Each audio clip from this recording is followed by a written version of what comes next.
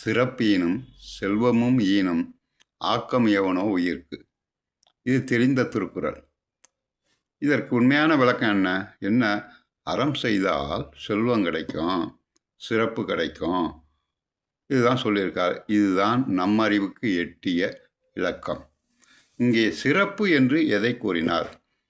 வள்ளுவர் சராசரி கவிஞனா, நம்மளை போல எழுதுகிற கவிஞனா? சிறப்பு கிடைக்கும், நல்ல மரியாதை கிடைக்கும், நிறையா பணம் கிடைக்கும், தர்மம் செஞ்சா அப்படின்னு சொல்கிறதுக்கு வள்ளுவர் என்ன சராசரி மனிதனா? கடவுள்ளவர்.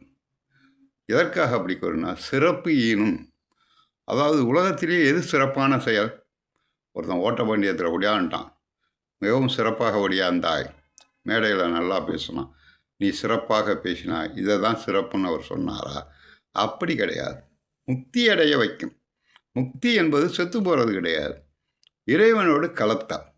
மனித பிறப்பு தொடர்ந்து செய்கிற கர்ம அணிக்கேற்ப பிறந்து செத்துக்கிட்டே இருப்போம்.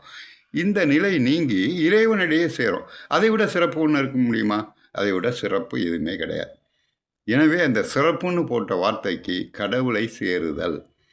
புரியுங்களா? இதுதான் அர்த்தம். சிறப்பு ஈனும் செல்வமும் ஈனும். இப்போ செல்வம் பொருள் சொல்லியிருக்கிறாரே, நீ இந்த தர்மம் செஞ்சுக்கிட்டே இருந்தால் அந்த வாழ்க்கையில் செல்வமும் கிடைக்கும், அதே போல் இறைவனடி சேருவாய். அதுதான் சிறப்பு. முக்தியும் கிடைக்கும்.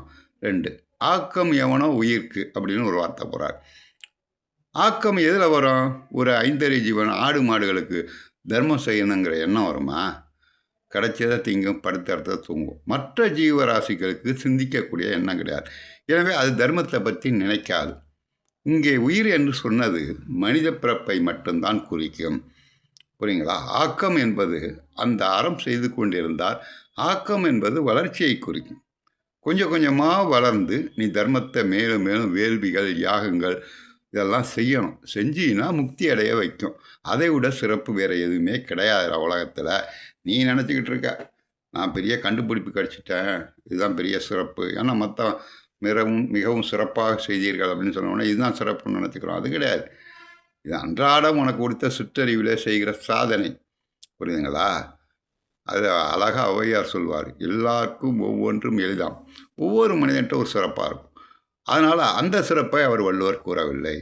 இறைவனை முக்தி அடைய வைப்பது தான் சிறப்பு. அதை விட சிறப்பான விஷயம் எதுவுமே கிடையாது. எனவே தான் சிறப்பு ஈனும் அப்படின்னு போட்டார் வார்த்தையை. இதை எல்லா மாணவர்களும் புரிந்து கொள்ள வேண்டும். நன்றி மாணவர்களே. மீண்டும் அடுத்த திருக்குறள். நன்றி, வணக்கம்.